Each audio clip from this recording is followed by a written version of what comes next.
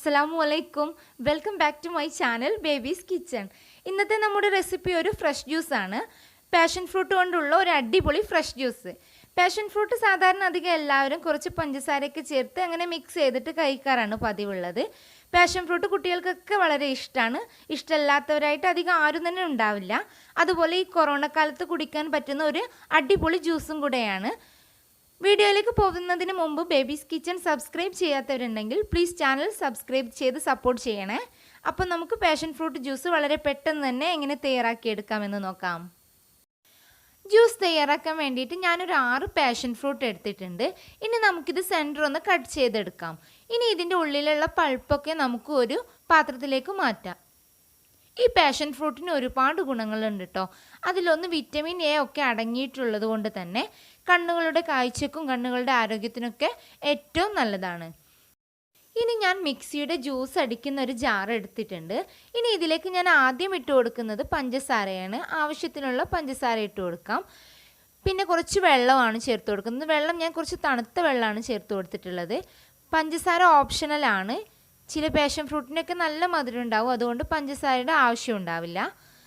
അതുപോലെ പ്രമേഹ രോഗികൾക്ക് കഴിക്കാൻ പറ്റിയ ഏറ്റവും നല്ലൊരു ഫ്രൂട്ടാണിത്. ഈ ഫ്രൂട്ട് കഴിക്കുന്നതിലൂടെ പ്രമേഹ രോഗികൾക്ക് അവരുടെ ബ്ലഡിലെ ഷുഗർ കൂട്ടാതെ അവരുടെ ഷുഗറിനെ മെയിൻറ്റെയിൻ ചെയ്യാനും സഹായിക്കുന്നു എന്നതാണ് ഈ ഫ്രൂട്ടിലൂടെ പ്രമേഹ രോഗികൾക്ക് കിട്ടുന്നൊരു ഗുണം. അതുകൊണ്ട് തന്നെ ഷുഗർ ഉള്ളവർ പഞ്ചസാര ചേർക്കാതെ തന്നെ കുടിക്കാൻ നോക്കണേ. ഇനി നമുക്കിത് നന്നായിട്ടൊന്ന് അടിച്ചെടുക്കാം. ഇപ്പോൾ ഞാൻ ഇത് നന്നായിട്ട് അടിച്ചെടുത്തിട്ടുണ്ട്. ഇനിയാണ് ഞാൻ ഇതിലേക്ക് മാറ്റി വെച്ചിരിക്കുന്ന പാഷൻ ഫ്രൂട്ടിൻ്റെ പൾപ്പ് ചേർത്ത് കൊടുക്കുന്നത്. ഈ പാഷൻ ഫ്രൂട്ടിൻ്റെ പൾപ്പ് ചേർത്ത് കൊടുത്തതിന് ശേഷം അധികം അടിച്ചെടുക്കരുത്.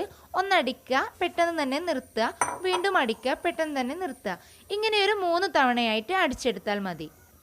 അപ്പോഴാണ് കുരുവൊന്നും അടിയാതെ നല്ല യെല്ലോ കളറിൽ തന്നെ നമ്മുടെ ജ്യൂസ് കിട്ടുള്ളൂ. അതിൻ്റെ കുരുവൊക്കെ നന്നായിട്ട് അരഞ്ഞു കഴിഞ്ഞാൽ ജ്യൂസിന് അത്ര യെല്ലോ കളർ കിട്ടൂല. അല്ലാത്ത പ്രശ്നമൊന്നുമില്ല. ജ്യൂസ് അടിക്കുമ്പോൾ കുരുവൊക്കെ നന്നായിട്ട് അരച്ചെടുക്കുന്നത് നല്ലതാണ്. ഞാനിപ്പം ഇതിൻ്റെ കുരുവൊക്കെ മാറ്റി വെച്ചിട്ടുണ്ട് പിന്നെ എടുത്ത് കഴിക്കാൻ വേണ്ടിയിട്ട്. ചിലരൊക്കെ ഇതിൻ്റെ കുരുവൊന്നും കഴിക്കില്ല. ഇതിൻ്റെ കുരു വളരെ നല്ലതാണ് കേട്ടോ കഴിക്കുന്നത്. അതങ്ങനെ തന്നെ അങ്ങ് വിഴുങ്ങാതെ ചവച്ചരച്ച് വേണം കഴിക്കാൻ. ഇനി നമുക്കിതൊരു അരിപ്പ വെച്ച് അരിച്ച് ഒരു ജഗ്ഗിലേക്ക് ഒഴിക്കാം. അപ്പം നമ്മുടെ പാഷൻ ഫ്രൂട്ട് ഫ്രഷ് ജ്യൂസ് ഇവിടെ റെഡി ആയിട്ടുണ്ട്. നമുക്കിതിന് ഗ്ലാസ്സിലേക്ക് ഒഴിക്കാം. ആരെങ്കിലുമൊക്കെ വീട്ടിലേക്ക് പെട്ടെന്ന് വരുമ്പോൾ നമുക്ക് പെട്ടെന്ന് തന്നെ അടിച്ചു കൊടുക്കാൻ പറ്റുന്നൊരു ഫ്രഷ് ജ്യൂസും കൂടെ ആട്ടോ ഇത്. ഈ രീതിയിൽ പാഷൻ ഫ്രൂട്ട് ട്രൈ ചെയ്യാത്തവരുണ്ടെങ്കിൽ ഒന്ന് ട്രൈ ചെയ്ത് നോക്കുക. ഫീഡ്ബാക്കൊക്കെ കമൻറ്റ് ബോക്സിൽ അറിയിക്കാൻ മറക്കരുത്.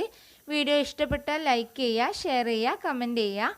സബ്സ്ക്രൈബ് ചെയ്യാതെ വീഡിയോ കാണുന്നവരുണ്ടെങ്കിൽ പ്ലീസ് ബേബീസ് കിച്ചൺ സബ്സ്ക്രൈബ് ചെയ്യണേ.